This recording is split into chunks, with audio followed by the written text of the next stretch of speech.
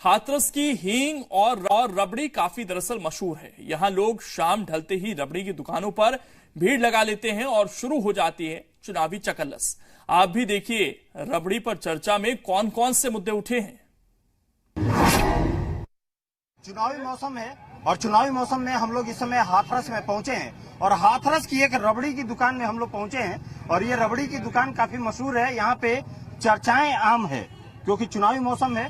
सभी political party जितनी हैं उन सभी के जितने तर्कस में तीर है उन तर्कस में तीर से एक दूसरे को भेजने की कोशिश में लगे हुए हैं। लेकिन आम जनता है, आम जनता जब रबड़ी की दुकान पे पहुंचती है और जब रबड़ी खाते हुए, क्योंकि यहाँ की रबड़ी जो है काफी मशहूर है। रबड़ी मशहूर होने के पीछे कारण भी है क्योंकि यहाँ की बगीची और यहाँ की जो पहलवानी, यहाँ लोग पहलवानी करते थे और पहलवानी करने के साथ साथ दंगल करने के साथ साथ ये लोग रबड़ी खाते थे तो शरीर जो है वैसे ही बन जाती थी, उनकी भारी बनती थी और उसका लड़ाई करने में, कुश्ती लड़ने में मशहूर हो जाते थे, महारत हासिल करते थे। ये बताइए कि रबड़ी हाथ में लिए हुए हैं, कुश्ती की पूरी तरीके से तैयारी है? नहीं, राजनीति की तैयारी है। दूध से बनी मिठाइयों की दुकान पर लड़ी है, पर बीच में जो पड़ी वो सबसे बड़ी रबड़ी है। रबड़ी बीच में पड़ी, राजनीति इसी पर खड़ी, क्योंकि कढ़ाई में से डलवाते हैं। राजनीति की कढ़ाई में इसी तरह मतदाताओं को डलवाते हैं। जिस तरह रबड़ी में दूध को खोलवाते हैं ऐसे ही राजनीति को भी खोलवाते हैं और जिस तरह से दूध की लड़ी कढ़ाई पर चिपकाते हैं ऐसे ही राजनीतिक दल कार्यकर्ताओं को अपनी अपनी कढ़ाई में चिपकाते हैं और फिर उसको घुलवाते हैं। इसी तरह सभी नेता सभी कार्यकर्ताओं को घुलवाते हैं, लेकिन जो मीठा ज्यादा डाल जाते हैं रबड़ी उन्हीं की मजा दे जाती है और फीकी होती है, दुकान फीकी रह जाती है। रबड़ी उन्हीं की मजा दे जाती है। रबड़ी खा करके और उसके बाद कुश्ती की तैयारी शुरू हो जाती है। हाँ, रबड़ी खाने के बाद कुश्ती की तैयारी शुरू हो जाती है। कहीं डंड लगाते हैं, बैठक लगाते हैं, उसके बाद कुश्ती की लगाते हैं, बैठक लगाते हैं। नेताजी भी आते हैं यहाँ पे रबड़ी उबड़ी खाते हैं और उसके बाद आजकल तो बहुत जरूरत पड़ती होगी। हाँ, नेताजी भी आते हैं, नेताजी रबड़ी खाते हैं। रबड़ी खाने के बाद वो अपनी एनर्जी बनाते हैं। आप लोगों के सवाल नहीं होते हैं? रुकिए, मैं और भी इसमें रबड़ी तो हाथ में लिए हुए हैं। ये बताइए, सभी चुनावी तर्कस में तीर जितने हैं, सभी चुनावी पार्टियों के जितने जो लोग हैं, उम्मीदवार हैं, एक दूसरे को भेजने की कोशिश में लगे हुए हैं। आप लोग भी पूरी तैयारी कर रहे हैं? जी बिल्कुल, पूरी तैयारी है। दंगल की पूरी तैयारी है और हाथरस की जनता ने ठाना है कि देश को मजबूत करने के लिए, देश को आगे बढ़ाने के लिए दोबारा से मोदी को जिताना है और निश्चित तौर पर भारतीय जनता पार्टी के साथ में हाथरस की जनता पूर्ण तन मन धन से साथ है और भारतीय जनता पार्टी हाथरस से चुनाव जीत रही है। आप तो कह रहे हैं कि ठीक है, हो सकता है महागठबंधन वाले भी तो अपने साथ रबड़ी खा रहे होंगे। गठबंधन वाले भी मजबूताई के साथ खड़े हैं और गठबंधन वाले जीतेंगे। यहाँ से यहाँ लोग रबड़ी खा के पहलवानी कर रहे हैं और रबड़ी खा करके तैयारी कर रहे हैं। के उपाध्याय एडवोकेट बोल रहा हूँ। देखिए, मोदी जी का शासन किसान और पब्लिक के लिए सबसे बुरा है, अच्छा नहीं है, लेकिन देश के लिए ठीक है। हम उनको वोट देना नहीं चाहते, लेकिन वोट उन्हीं को देंगे। देना भी नहीं चाहते लेकिन देना पड़ेगा।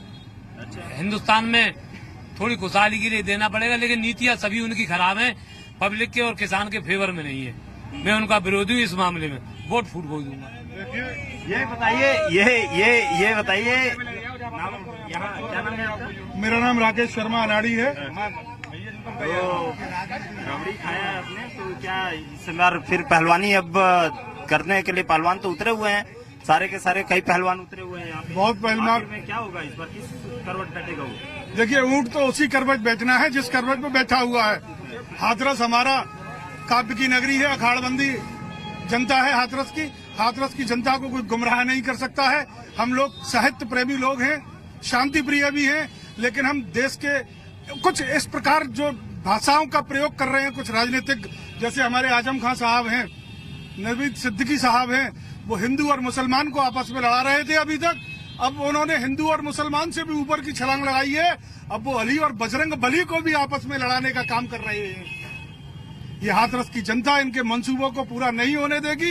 ये हाथरस की जनता है और ये सिर्फ, और मैं आजम खां साहब से आपके चैनल के माध्यम से पूछना चाहूंगा, वो अली और बजरंग बली तो खूब बड़े हिम्मत के साथ और बड़े गर्व के साथ बोलते हैं। क्या वो देश के अंदर भारत माता की जय बोल सकते हैं क्या? भारत माता की जय का नारा लगा सकते हैं क्या? क्या वो ये कह सकते हैं कि आज मेरे देश को जवान चाहिए, आज मेरे देश को जवान चाहिए, न हिंदू चाहिए न मुसलमान चाहिए। क्या नाम है आपका? धर्मेंद्र अग्रवाल मेरा नाम है। बीजेपी वाले तो हनुमान जी की जात तक बता देते हैं कि ये हनुमान जी की जात ये वाली है। चुनावी मौसम है तो जाहिर सी बात है कि रबड़ी की दुकान पे भी ऐसी चर्चाएं देखने को मिलेगी। जाति धर्म हर चीज की बात हो रही है। मैं तो कह रहा हूँ बीजेपी वालों ने हर हनुमान जी की जात बताना और सभी देवी देवताओं की जात बनाने का ठेका ले लिया है, लेकिन ये सब हमारे धर्म की है, सब भगवान के रूप में पूजे जाते हैं। इनका जात और धर्म का कोई मतलब नहीं है, लेकिन बीजेपी वालों ने सबने भगवान का जात के रूप में ठेका ले लिया है कि ये फलानी जाति के हैं, ये फलानी जाति के हैं, लेकिन ऐसा कुछ नहीं है। पब्लिक के लिए सब भगवान का रूप है, ऐसा कोई वो नहीं है। क्या नाम है आपका? विनय भारद्वाज। विनय जी बताइए, क्या इस समय चर्चा चल रही है? क्या माहौल है इस समय? मैं ये कहना चाहता हूँ सब पार्टियों से कि सब पार्टियां जब इलेक्शन आता है तो अपने अपने घोषणा पत्र बनाती हैं, उसमें बहुत सारे वादे करती हैं, लेकिन जैसे ही इलेक्शन निकल जाता है उनको उनके माफिक वोट मिल जाता है। तो वो जो घोषणा पत्र जो है वो कोई गीता बताता है, कोई कुरान बताता है, उसमें जो किए हुए वादे उनसे वो बिफर जाते हैं और ये कहते हैं ये चुनावी स्टंट है। ये पब्लिक के बीच में बिल्कुल धोखा है। मैं ये कहना चाहता हूँ आपके चैनल के माध्यम से कि जो भी पार्टियां घोषणा पत्र बना रही है वो सोच समझ के बनाएं, कम से कम हम उनको पब्लिक के सामने जाएं तो हम पूरा कर सकें, नहीं तो उनको बनाए नहीं और कहें नहीं। बात बताइए, मेन तो ये चीज है। मैं आ रहा हूँ, मैं आपसे पूछूंगा। मैं क्या नाम है आपका? मनीष अग्रवाल। ये बताइए, बड़ा त्रिकोणीय मुकाबला यहाँ देखने को मिलेगा? नहीं, हमारे त्रिकोणीय मुकाबला नहीं है, हमारे एक तरफा है। बीजेपी का ही हमारे प्रत्याशी जीतेगा। हो सकता है सबने मोदी, प्रधानमंत्री मोदी ही बनेंगे। नहीं, सबने राम मंदिर मोदी जी बनाएंगे, लेकिन राम मंदिर का तो नहीं, ये तो सुप्रीम कोर्ट का मामला है, ये मोदी जी का मामला है, ये सुप्रीम कोर्ट का मामला है। आइए, अरे आइए, इधर आइए। क्या नाम है? ये जग्गे मारे गठबंधन 2 लाख वोटों से जीतेगा इस सीट को, 2 लाख वोटों से। 2 लाख वोटों से जीतने की बात कर रहे हैं। इधर में ये लोग कह रहे हैं क्या देखिए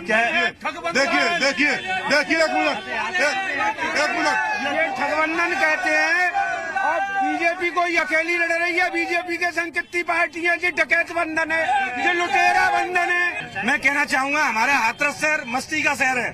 ये चुनाव वाले जो हैं जब अपना घोषणा पत्र बनाते हैं तो हाथरस की भांग छान के बनाते हैं, और जब वादा करने जाते हैं, सभा संबोधित करने जाते हैं तो शराब पी के भाषण देते हैं। जो है ये भूल जाते हैं, ये भूल जाते हैं कि हमने जनता से क्या वायदे किए थे, लेकिन उन वायदों को पूरा नहीं करते।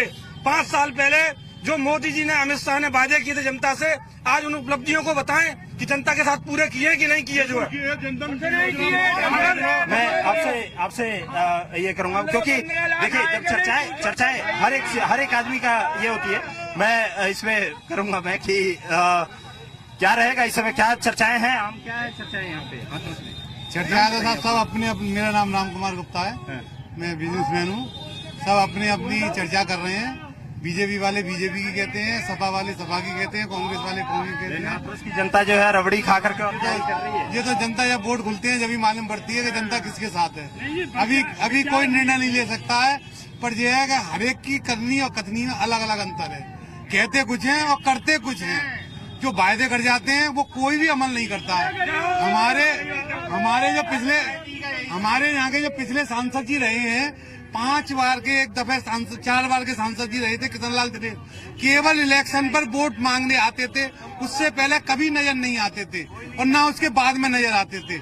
इसी तरह से हर पार्टी का यही हाल है कि वोट मांगने के टाइम पर तो वो सबों के पब्लिक के साथ हैं और जब जीत जाते हैं कोई किसी के साथ नहीं है। ये सर, ये हाथरस का दुर्भाग्य है कि बीजेपी का उम्मीदवार बिना पढ़ा लिखा और यहाँ थोप दिया ला करके। मैं इसका विरोध करता हूँ, इसलिए, लेकिन इसके बावजूद भी हम ये चाहते हैं कि सरकार बीजेपी की ही बने और बीजेपी अलग ही इसमें अब, क्योंकि अब और भी इसमें है, लोगों से जरा बात करेंगे और भी जानते हैं कि क्या। चलिए कवि जी आप ही बताइए अंतिम, क्योंकि अब इसको खत्म ही किया जाए। राजनीति में विचार अनेक हैं, माना राजनीति में विचार एक हैं, पर रबड़ी खाने में हाथरस वाले एक हैं। और भंग की तरंग का रंग यहाँ सब पे शाम को चढ़ जाता है और करते हैं को तो खुद दूसरों के मत्थे मर जाता है। आप लेकिन कह रहे हैं कि रबड़ी खाने में सब एक हैं, कहीं ऐसा ना हो महागठबंधन हो जाए? मैं उस रबड़ी की बात कर रहा हूँ जिसकी आती है सत्ता, दलाल झंडा बदल कर उसी में घुस जाता है। और जनता देखती रह जाती। दलाल हरदल में माल खाता है।